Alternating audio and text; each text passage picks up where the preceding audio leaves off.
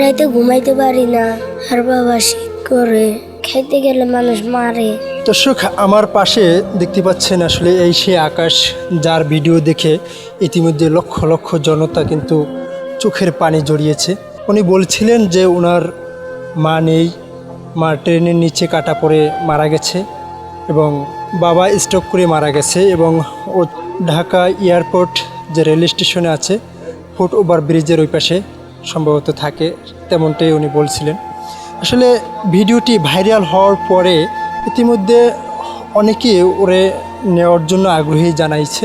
তবে আমি জানতে চাবো আসলে ওর নিজের ইচ্ছা স্বাধীনভাবে কোথাও যাবে কিনা, অথবা গিয়ে থাকতে পারবে কিনা, লেখাপড়া করবে কিনা, আসলে সেই বিষয়গুলো আসলে একটু জানতে চাবো ওর কাছে। আকাশ, তোমাকে যদি কেউ নিতে চায় তুমি কি যাবা? লেখাপড়া করার ইচ্ছা আছে তোমার? হ, কেমন ধরনের ফ্যামিলির ভিতরে তুমি যেতে চাও? আমার এই যে ভালো লাগবো। এখানে যে তুমি থাকো, কতদিন ধরে থাকো? অনেক দিন ধরে। এখানে থাকায় কতটা কষ্ট হয় তোমার? রাতে ঘুমাইতে পারি না, আর বাবা শীত করে, খাইতে গেলে মানুষ মারে।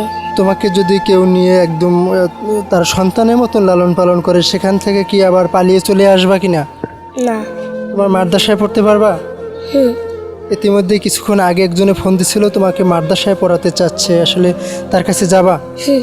বড় হয়ে কি হওয়ার স্বপ্ন আছে তোমার? হুজুর। হুজুর হবা? দর্শক, ওর কাছ থেকে জানার চেষ্টা করছিলাম। আসলে আকাশ ইতিমধ্যে সোশ্যাল মিডিয়া অনেকটা ভাইরাল হয়ে গিয়েছে, ওর একটি কন্টেন্ট আমি আপলোড করেছিলাম। সেই ভিডিওটি আসলে দেশব্যাপী ব্যাপক জনপ্রিয়তা পেয়েছে এবং অনেক মানুষের হৃদয়ে আঘাত করেছে। তেমন কিছুক্ষণ আগে একজন নীলা আক্তার নামে এক আপু ফোন দিচ্ছিল, তাকে নিতে চায় এবং ওকে মাদ্রাসায় নিয়ে পড়াতে চাচ্ছে। তবে ওর কাছ থেকে জানার চেষ্টা করছিলাম আসলে যাবে কিনা।